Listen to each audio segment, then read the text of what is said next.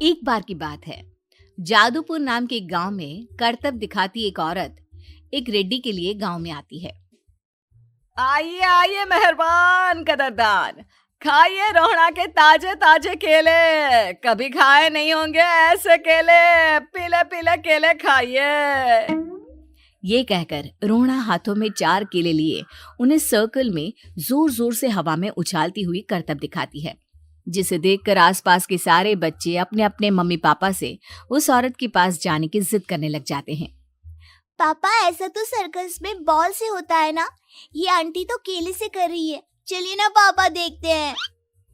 रोहना एक पतली सी तार पर चलती हुई केलों से करतब दिखाती है। आते जाते सभी लोग बाहर रुककर उसके करतब देखते हैं और वाह वाही करते नहीं थकते। जैसे ही एक आदमी पास आकर उसे पैसे देने लग जाता है, तब वो कहती है, अरे नहीं नहीं साहब, मैं करतब तो बच्चों के मन को बहलाने के लिए करती हूँ। धंधा तो मेरा केले का है।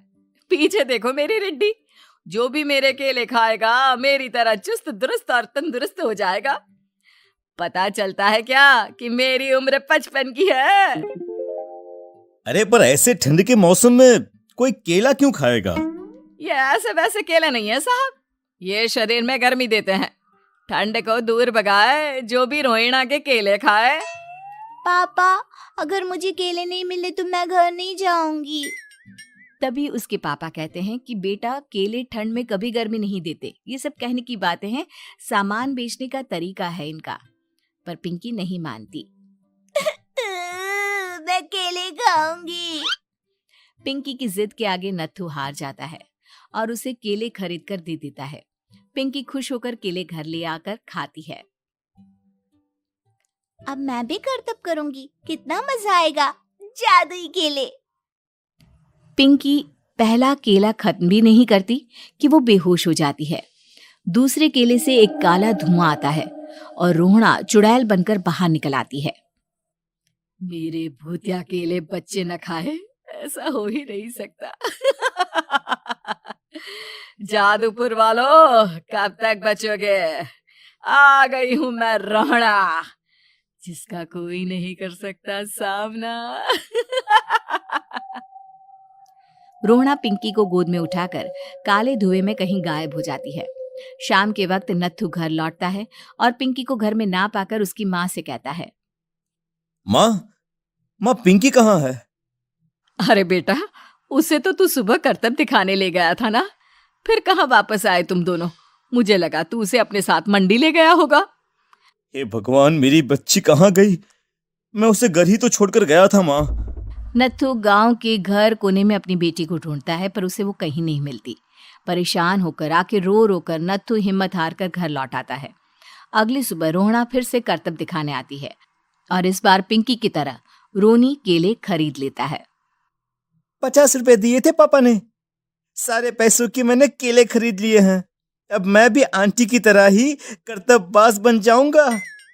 यही सोचते हुए रोनी केले खाता है और पहला अकेला केला आधा खत्म भी नहीं करता कि चुड़ैल उसके सामने आ जाती है।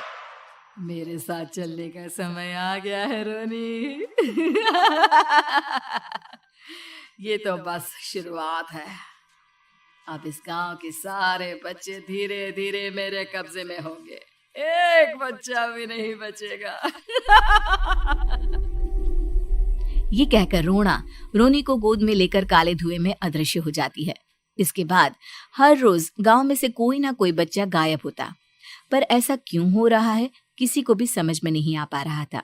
रोज की तरह अपनी बेटी पिंकी की तलाश में नत्थू गांव के एक तालाब के पास बैठा रो रहा था।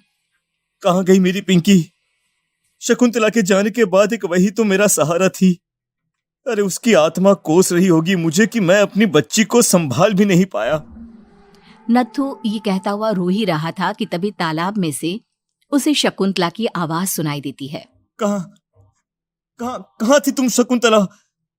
हमारी बच्ची और सारे गायब हुए बच्चे रोहड़ा के कब्जे में हैं। वो बच्चों को जो केले देती है उससे बच्चे बेहोश हो जाते हैं और उसके कब्जे में आ जाते हैं और वो उन्हें ले जाकर काली दुनिया में ले जाती है। पर वो ऐसा क्यों कर रही है?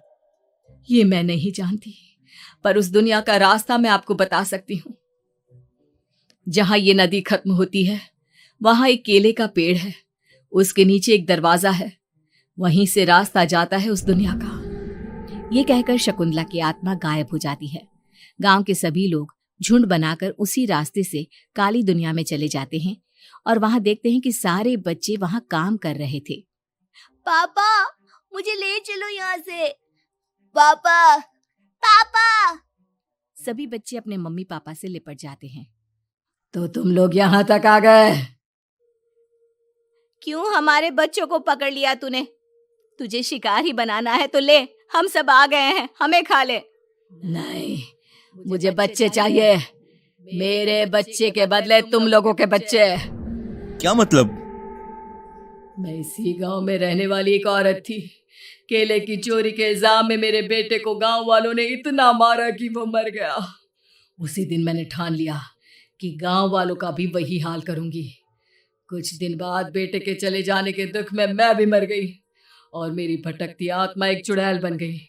और फिर मैंने बदला लिया तुम सबके बच्चे छीनकर। बर्दाश्त नहीं कर पाए ना, सोचो मुझ पर क्या बीती होगी। हमें माफ कर दो रोना, पता नहीं ये किसकी गलती थी पर हम सभी माफी मांगते हैं। हमारी खुशियां लौटा दो, तुम भी तो एक माँ हो। गांव वालों की बात सुनकर रोना का मन पिघल जाता है और वो बच्चों को छोड़ देती है। उसके बाद काली दुनिया बच्चों के लिए जादुई दुनिया बन जाती है। अब कोई भी कभी भी वहां आ जा सकता था।